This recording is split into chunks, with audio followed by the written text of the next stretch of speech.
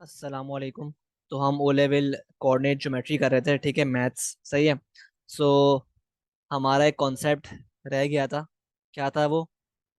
हमने कर लिया था परपेंडिकुलर बाइसेक्टर तक। तो अब मूव करते हैं टू द नेक्स्ट कॉन्सेप्ट जो कि हम पढ़ेंगे रिगार्डिंग कोलिनियर पॉइंट्स, सही है। अब देखो, कोलिनियर पॉइंट्स होते क्या हैं? कोलिनियर पॉइंट्स कहते किसको हैं? कोलिनियर पॉइंट्स क्या होते हैं? देखो, कोलिनियर पॉइंट्स ना वो पॉइंट्स होते हैं if they lie on the same straight line. जैसे अगर ये स्ट्रेट लाइन है तो ये पॉइंट ए है, ये पॉइंट बी है और ये पॉइंट सी है, ठीक है। तो ये तीनों पॉइंट्स क्या कहलाएंगे? कोलिनियर। क्यों? क्योंकि they are lying on the same straight line, सही है। जिसकी वजह से इन तीनों पॉइंट्स पे ग्रेडियंट भी सेम होगा, ऑब्वियसली, क्योंकि लाइन एक ही है। और इनका क्या कहते हैं, और इन पॉइंट्स का वाई इंटरसेप्ट भी सेम होगा। इन पॉइंट्स का वाई इंटरसेप्ट भी सेम होगा, क्योंकि लाइन क्या होगा? लेट से आपको एक ग्राफ दिया हुआ है, सही है। ग्राफ पे ये बनाई हुई है आपके पास लाइन, ठीक है। और ये लाइन पे पॉइंट्स हैं ए बी सी। अब खुद चेक करो, ये लाइन जो है ना, इस लाइन पे जो पॉइंट्स हैं ए बी सी, इन तीनों पॉइंट्स का ग्रेडियंट भी सेम है, एम एम एम। क्यों? क्योंकि लाइन सेम है। और इन तीनों पॉइंट्स का वाई इंटरसेप्ट भी सेम है, क्योंकि लाइन सेम है। बस ये इसमें हमें जानना होता है, ठीक है। That is the reason they are called collinear points, सही है। तो इसको लिख लेते हैं अपने पास कि अगर हमारे पास पॉइंट्स कोलिनियर है ना, जैसे ये लाइन है A B, A point, B point, C point, ये आपस में कोलिनियर हैं। तो मतलब इनका gradient m of A B बराबर होगा किसके? M of A C and m of B C. मतलब इन तीनों का ग्रेडियंट क्या होगा? सेम होगा, ठीक है। और लाइक वाइज इनकी इक्वेशन ऑफ ए बी बराबर होगी किसकी? Equation of A C is equal to equation of B C, ठीक है। ठीक है, तो ये आपको याद करना है, सही है, फॉर कोलिनियर पॉइंट्स, ठीक है। कि देखो, ए बी का ग्रेडियंट बराबर होगा किसके? ए सी के। और किसके? बी सी के। इन तीनों का ग्रेडियंट सेम होगा, क्यों? क्योंकि लाइन सेम है, सही है। लाइकवाइज इन तीनों की इक्वेशन भी क्या होगी? सेम होगी, सही है। तो ये थे कोलिनियर पॉइंट्स। इसको अप्लाई कर लेते हैं इन वन क्वेश्चन।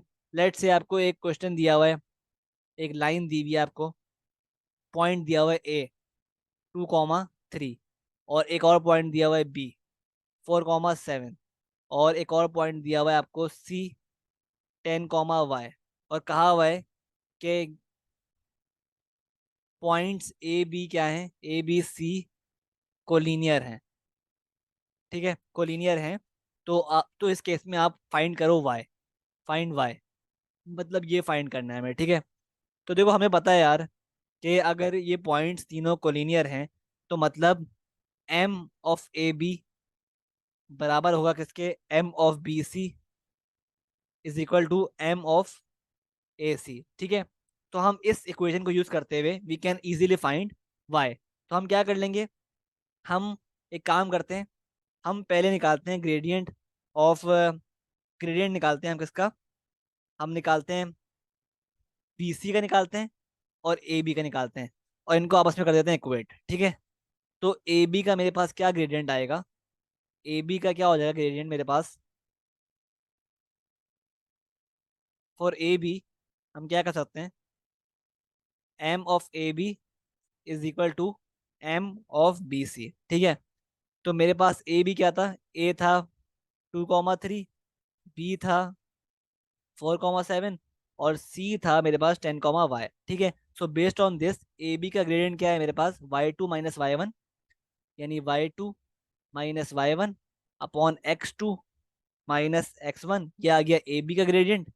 ये बराबर है किसके? ग्रेडियंट ऑफ बी सी के। तो बी सी का क्या बनेगा? y2 - y1 upon x2 - x1, ठीक है। तो इससे मेरे पास क्या आ जाएगा? Value of y. ठीक है, सॉल्व करो उसको। 7 - 3 क्या होता है? 4/2। सही है, इज इक्वल टू y - 7/6। ठीक है, तो ये हो गया मेरे पास 12 इज इक्वल टू y - 7, और y मेरे पास हो गया 19।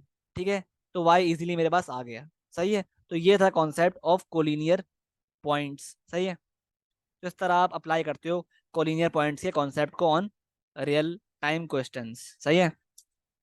अच्छा, अब क्या करना है?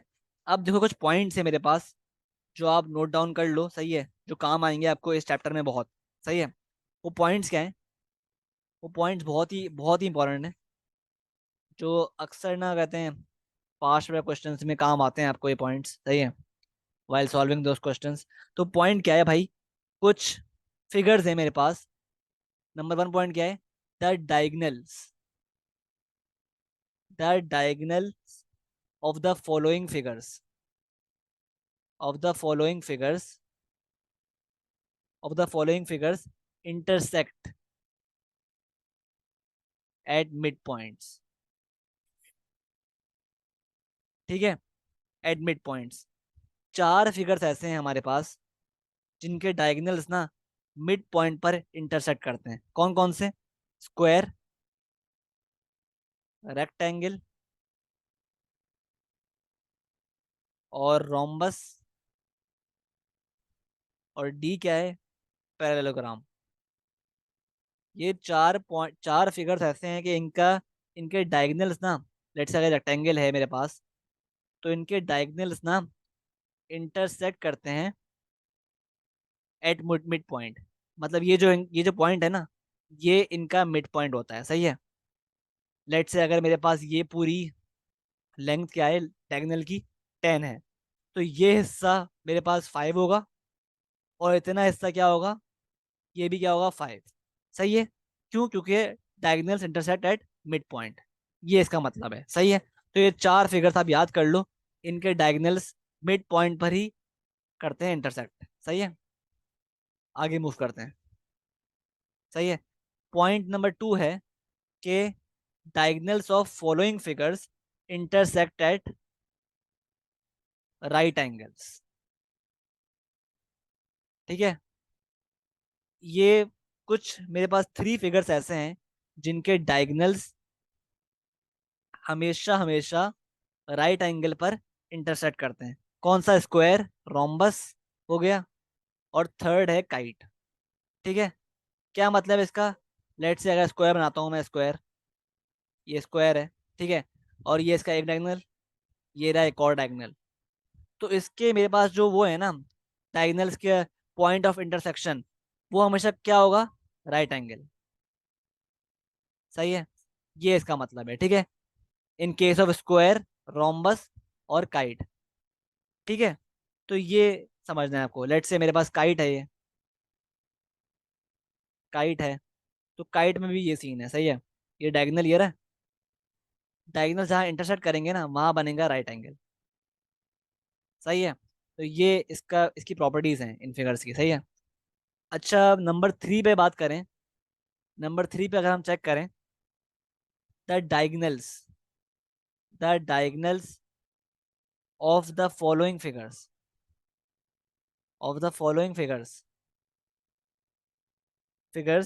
Are perpendicular bisector of each other. ये दो ही फिगर्स हैं मेरे पास। कौन से? स्क्वायर और रेक्टेंगल। ऐसा क्यों है? क्योंकि ना स्क्वायर रेक्टेंगल वो वाहिद फिगर्स हैं जिनके डायगनल्स ना एक दूसरे के परपेंडिकुलर बाइसेक्टर हैं। क्यों? ऐसा क्यों है? क्योंकि ये डायगनल्स आपस में क्या करते हैं? ये डायगनल्स आपस में इंटरसेक्ट करते हैं एट मिड पॉइंट्स, पॉइंट 1, और साथ में राइट एंगल भी बनाते हैं।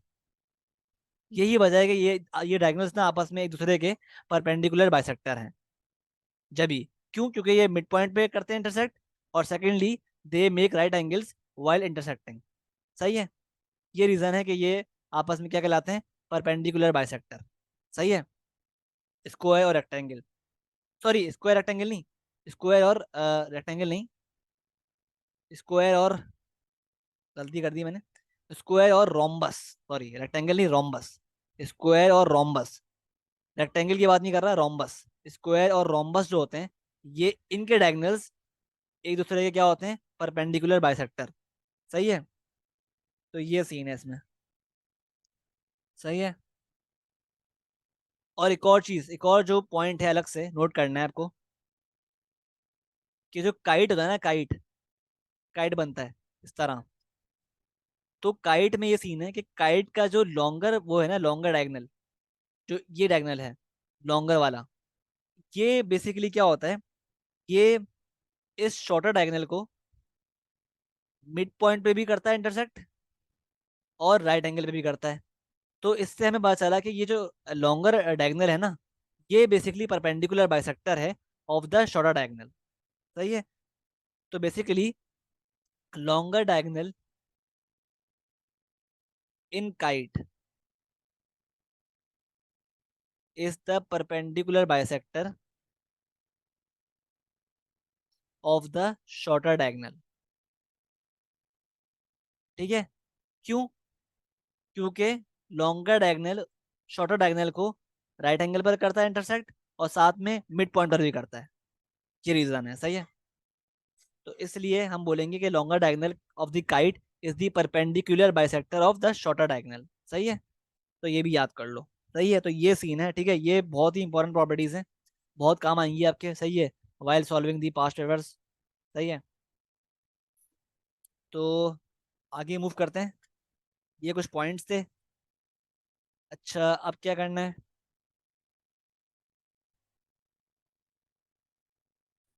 अच्छा, कुछ और चीज़ें हैं मेरे पास। सही है, नोट कर लो अपने पास, कुछ और पॉइंट्स हैं। ठीक है। क्या पॉइंट है बेसिकली, कि ऑन एक्स एक्सेस ना, on x axis y is equal to zero. ठीक है। Therefore, therefore the equation, the equation of x axis is y is equal to zero. ठीक है, तो ये भी आप याद कर लो। सही है। सही है। On y axis x is equal to zero, therefore equation of y axis is x is equal to zero. सही है। ये रही मेरे पास, ये है इक्वेजन, ये है इक्वेजन एक्स एक्सेस की, और ये है इक्वेजन वाई एक्सेस की। ठीक है। और आगे मूव करते हैं। अगर मेरे पास ये ग्राफ है, ठीक है, तो ये जो है ना एक्स एक्सेस, इसकी इक्वेजन क्या होती है मेरे पास? इसकी इक्वेजन होती है मेरे पास, अभी बताइए मैंने आपको, y is equal to zero. और y एक्सेस की इक्वेजन क्या है मेरे पास? इसकी इक्वेजन है x is equal to zero. ठीक है। तो ये भी आपको शुड नो दिस। सही है। ठीक है। मूविंग फॉरवर्ड, अगर मैं और बताऊं आप लोगों को रिगार्डिंग कोऑर्डिनेट ज्योमेट्री, तो जो पॉइंट होता है ना, point, the point where the line crosses, line crosses the x axis is called x intercept. ठीक है। और similarly the point where the line crosses the y axis is called y intercept. ठीक है। जैसे अगर मेरे पास ये है ग्राफ, और ये एक लाइन है। सही है। तो ये जो हिस्सा है ना, ये जो पॉइंट है, ये है मेरे पास x इंटरसेप्ट, और ये पॉइंट है y इंटरसेप्ट। ठीक है। सही है।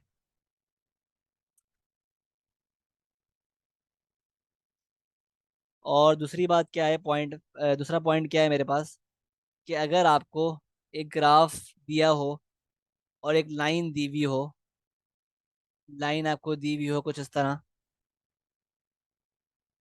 ये लेट से आपको लाइन दी हुई है और आपको लाइन का वाई इंटरसेप्ट दिया हुआ है और साथ में ग्रेडियंट भी दिया हुआ है। लेट से ग्रेडियंट है आपके पास -2 और वाई इंटरसेप्ट है 5। ठीक है, तो इस केस में you can find the equation directly by applying y is equal to m x plus c. ठीक है, तो ये क्या होगा इक्वेशन इसकी, y is equal to m क्या है -2, एक्स सी भी दिया हुआ है हमें +5। ये होगा इक्वेशन। ठीक है, सही है, सिंपल। ठीक है, तो ये आपको, you should know all these points. सही है।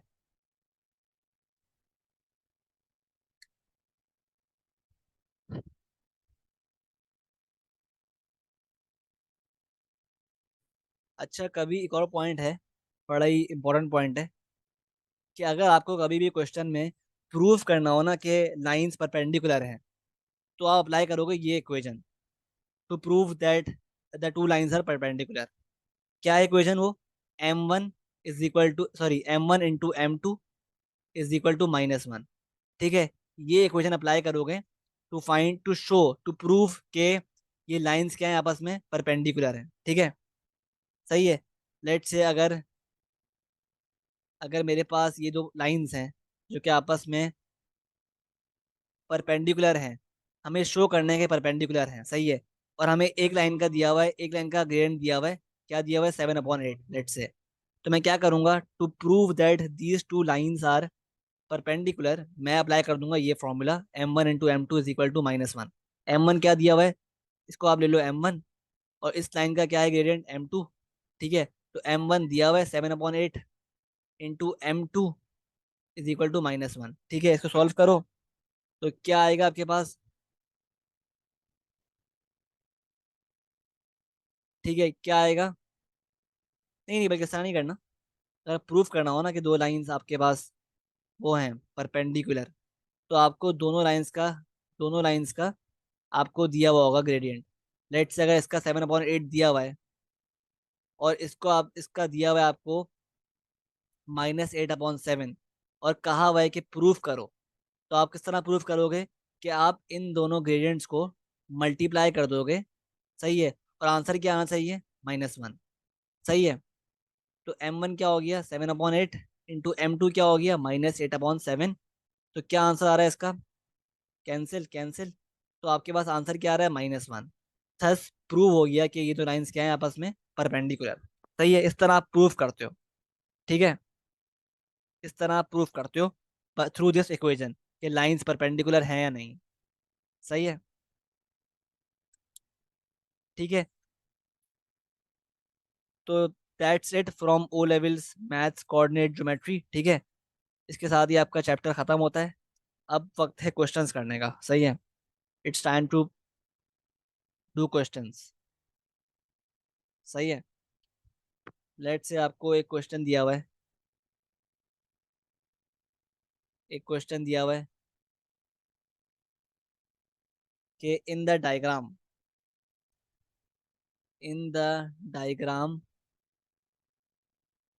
PQRS is a square.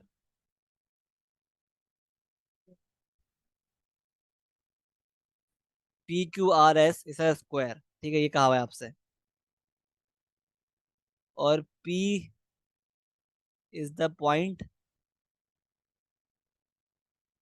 0,7, Q is the point 2,1, and R is the point 8,3। ठीक है, और आपको ये डायग्राम दी हुई है बनाकर। ठीक है, कि ये मेरे पास PQRS क्या है, एक स्क्वायर है। ये रहा P, ये रहा Q, ये रहा R, और ये रहा S। ठीक है, तो आपको P दिया हुआ है 0,7, Q दिया हुआ है Q दिया हुआ है 2,1, और R दिया हुआ है 8,3। और एस नहीं दिया हुआ तो आप एक्स ले, सॉरी एस नहीं दिया हुआ तो आप एस क्या ले लो, एस ले लो आप अपने पास से, एक्स कॉमा वाई अननोन है एस, ठीक है, एस गिवन नहीं है, और ये रहा मेरे पास ओरिजिन। ठीक है, तो क्या कहा हुआ है आपसे क्वेश्चन में, पूछा हुआ है कि a find, find number one coordinates of S. ठीक है, पार्ट वन में कहा हुआ है कि कोऑर्डिनेट्स ऑफ एस निकालो। ठीक है, तो देखो वो निकालने के लिए आप क्या करोगे, आपको पता है, यू नो के भाई स्क्वायर के जो डायगोनल्स होते हैं वो इंटरसेक्ट करते हैं किस पर, एट मिड पॉइंट पर।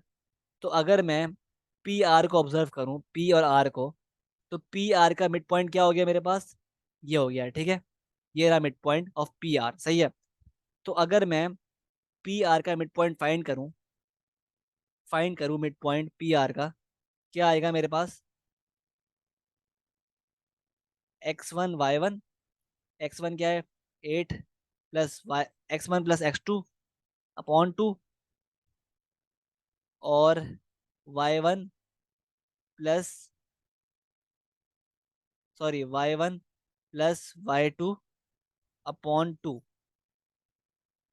तो इससे इससे क्या आ रहा है मेरे पास, इससे मेरे पास जो, इससे मेरे पास जो वो आ रहा है ना, मिड पॉइंट क्या आ रहा है, 4,5।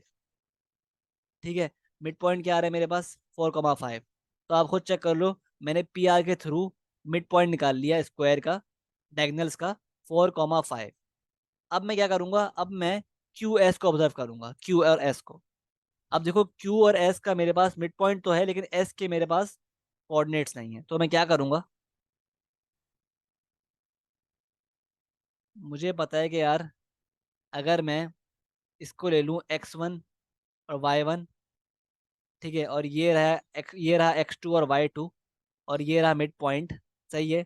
तो मैं कुछ यूँ करूँगा कि mid point of Q S क्या है, mid point of Q S क्या है, 4,5। ठीक है, किस तरह निकालेंगे हम 4,5, x one plus x two, यानी 2 plus x upon two, comma y one plus y two, ये हो गया मेरे पास एक्स टू, और ये हो गया वाई टू। ठीक है, तो 2 प्लस एक्स अपॉन टू और y one plus y two upon two. ठीक है, इसको सॉल्व करने से मेरे पास आएगा एक्स कोऑर्डिनेट, और इसको सॉल्व करने से मेरे पास आएगा y coordinate of the mid point. तो अलग कर लो इसको, 2 प्लस एक्स अपॉन टू बराबर है किसके, 4 के, 1 प्लस वाई अपॉन टू बराबर है किसके, 5 के। तो 2 plus x is equal to 8, and x बराबर है किसके, 6। तो मेरे पास एस का एक्स कोऑर्डिनेट आ गया 6। Similarly y is equal to 10। तो मेरे पास एस पॉइंट के दोनों कोऑर्डिनेट्स आ गए, एक्स कॉमा वाई, 6,10। ठीक है, 6, सिक्स कॉमा, ये 9 है, 9 हो जाएगा, 6,9। ठीक है, तो इस तरह अप्लाई करते हो आप प्रॉपर्टीज ऑफ फिगर्स। ठीक है, सिमिलरली अब वो कह रहा है, ठीक है, तो इस तरह आप अप्लाई करते हो, सही है। तो मेरे पास एक्स वाई क्या आ गए, मेरे पास एक्स वाई आ गए 6,9। ठीक है, ऐसा आ गया। तो अब पार्ट टू में कह रहा है, पार्ट टू में बोल रहे हैं, पार्ट टू में कह रहा है कि find the equation of P Q, find the equation of P Q. P Q क्या है मेरे पास, पी क्यू ये रहा, ठीक है, पी और Q, find the equation of this line. सही है, तो निकाल लेते हैं, बहुत इजी है। हमें पी क्यू के कोऑर्डिनेट्स दिए हुए हैं, हमें पी क्यू के कोऑर्डिनेट्स गिवन है, तो हम क्या करेंगे, हम पहले निकालेंगे पी क्यू का gradient, m of P Q. क्या आ रहा है, y two minus y one. मेरे पास क्या आ रहा है, नीचे कर लेते हैं पहले। मेरे पास पी के कोऑर्डिनेट्स थे 0,7, और क्यू के कोऑर्डिनेट्स हैं 2,1। तो first of all I will need to find the gradient of this P Q. तो y two minus y one upon x two -x1, तो ये हो गया -6/2।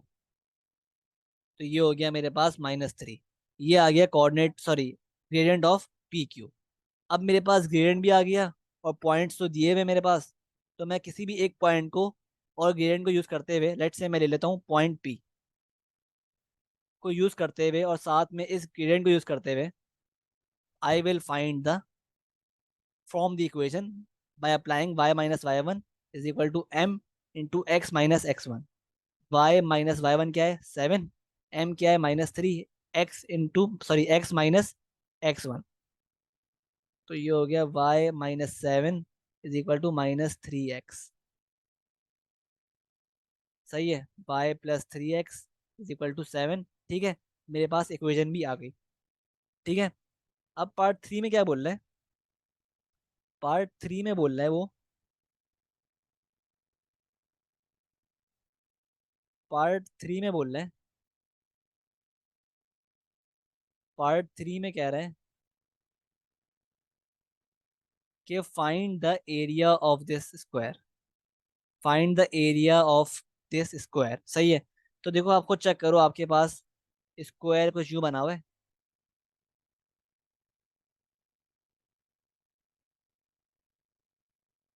आपके पास ये रहा स्क्वायर,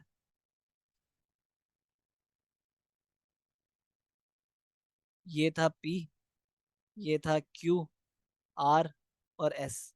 आपके पास P दिया हुआ है आपको क्वेश्चन में 0,7। Q क्या था, 2,1। R क्या था, 8,3। S आपने निकाल लिया, क्या था, 6,9। ठीक है, तो सारे कोऑर्डिनेट्स आपको आपके पास आ गए हैं। सही है, अब निकालना है एरिया। तो एरिया के लिए क्या करोगे आप, पहले आप निकालोगे डिस्टेंस ऑफ QR, फिर आप निकालोगे डिस्टेंस ऑफ PQ। सही है, फिर आप कर दोगे length into breadth multiply two find the area. ठीक है, तो पहले काम क्या करना है आपको, इसमें अप्लाई करना है डिस्टेंस फार्मूला। आपको सिंपली अप्लाई करना है डिस्टेंस फार्मूला। सही है, किस तरह करोगे, पहले अप्लाई करो डिस्टेंस फार्मूला ऑन QR।